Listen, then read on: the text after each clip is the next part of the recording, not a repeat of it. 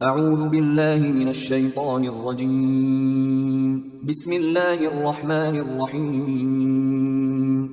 سورہ حامیم سجدہ آیات نمبر 47 تا 54 میں تاکید کہ قیامت کا علم صرف اللہ ہی کو ہے۔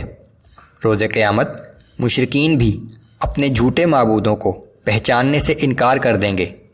جب انسان کو کوئی تکلیف پہنچتی ہے تو اللہ ہی سے دعا کرتا ہے، لیکن جب اللہ تکلیف دور کر دیتا ہے تو اسے بھلا دیتا ہے۔ ناشکر گزاروں کے لیے سخت عذاب کی وعید۔ قرآن کے حق ہونے کے بارے میں خود اللہ کی گواہی سب سے بڑی شہادت ہے۔ اعوذ باللہ من الشیطان الرجیم الیہ یرد علم الساعہ۔ قیامت کے وقوع کا علم صرف اللہ ہی کے پاس ہے۔ وما تخرج من ثمرات من اکمامها وما تحمل من انثى ولا تضع الا بعلمه۔ اور کوئی پھل اپنے شگوفے سے نہیں نکلتا، اور نہ کوئی مادہ حاملہ ہوتی ہے، اور نہ بچے کو جنم دیتی ہے، مگر یہ سب کچھ اس کے علم میں ہوتا ہے۔ وَيَوْمَ يُنَادِيهِمْ أَيْنَ شُرَكَائِي قَالُوا آذَنَّاكَ مَا مِنَّا مِن شَهِيدٍ۔ اور جس روز وہ ان مشرکوں کو پکار کر کہے گا کہ کہاں ہے وہ میرے شریک، تو یہ جواب دیں گے کہ ہم عرض کر چکے ہیں کہ آج ہم میں سے کوئی بھی ان شریکوں کے بارے میں گواہی دینے والا نہیں ہے۔ وَضَلَّ عَنْهُمْ مَا كَانُوا يَدْعُونَ مِن قَبْلُ وَظَنُّوا مَا لَهُم مِّن مَّحِيصٍ۔ اور جن معبودوں کو یہ لوگ قیامت سے پہلے پکارا کرتے تھے وہ سب ان کی نظروں سے غائب ہو جائیں گے، اور ان کو یقین آ جائے گا کہ اب ان کے لیے فرار ہونے کی کوئی جگہ نہیں ہے۔ لا يسأم الإنسان من دعاء الخير وإن مسه الشر فيئوس قنوط۔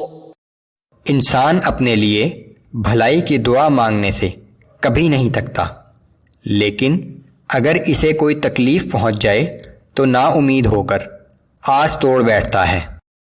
وَلَئِنْ أَذَقْنَاهُ رَحْمَةً مِنَّا مِن بَعْدِ ضَرَّاءَ مَسَّتْهُ لَيَقُولَنَّ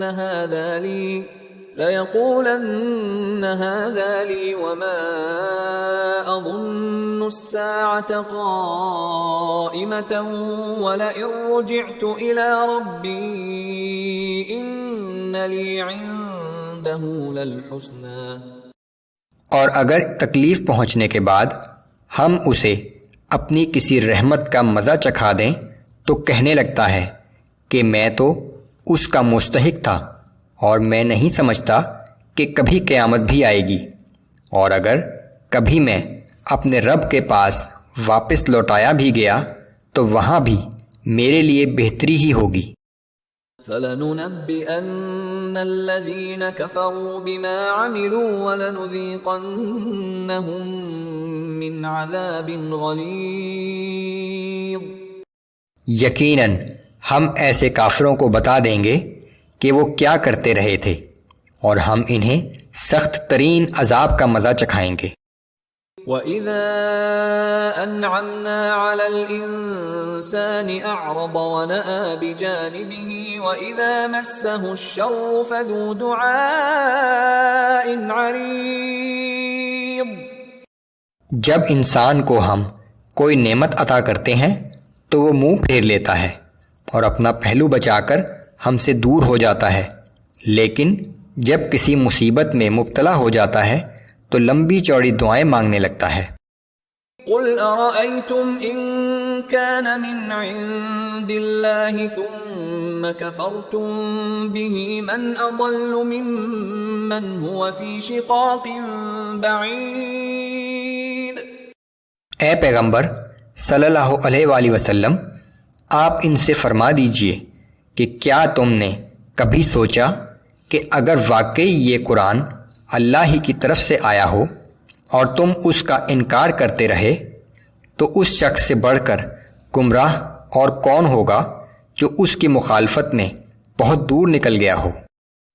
سنريهم آياتنا في الآفاق وفي أنفسهم حتى يتبين لهم أنه الحق۔ ہم عنقریب ان لوگوں کو اپنی قدرت کی نشانیاں دکھائیں گے، اس کائنات میں بھی اور خود ان کی ذات کے اندر بھی، یہاں تک کہ یہ بالکل واضح ہو جائے گا کہ یہ قرآن واقعی برحق ہے۔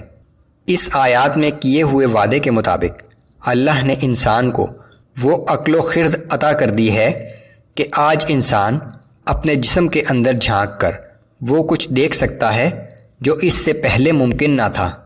انسانی جسم اللہ کی قدرت کا ایک شاہکار ہے۔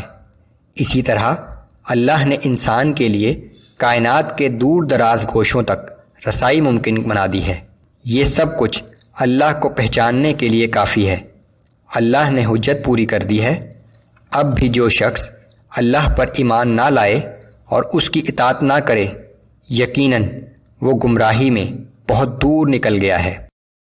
اولم يكف بربك انه على كل شيء شهيد۔ کیا یہ بات کافی نہیں کہ آپ کا رب خود ہر چیز کا شاہد ہے؟ الا انهم في مرية من لقاء ربهم الا انه بكل شيء محيط۔ آگاہ رہو کہ یہ لوگ اپنے رب کے روبرو حاضر ہونے کے بارے میں شک و شبہ میں مبتلا ہیں، اور یہ بھی یاد رکھو کہ اللہ اپنے علم و قدرت کے ذریعے ہر چیز پر محیط ہے۔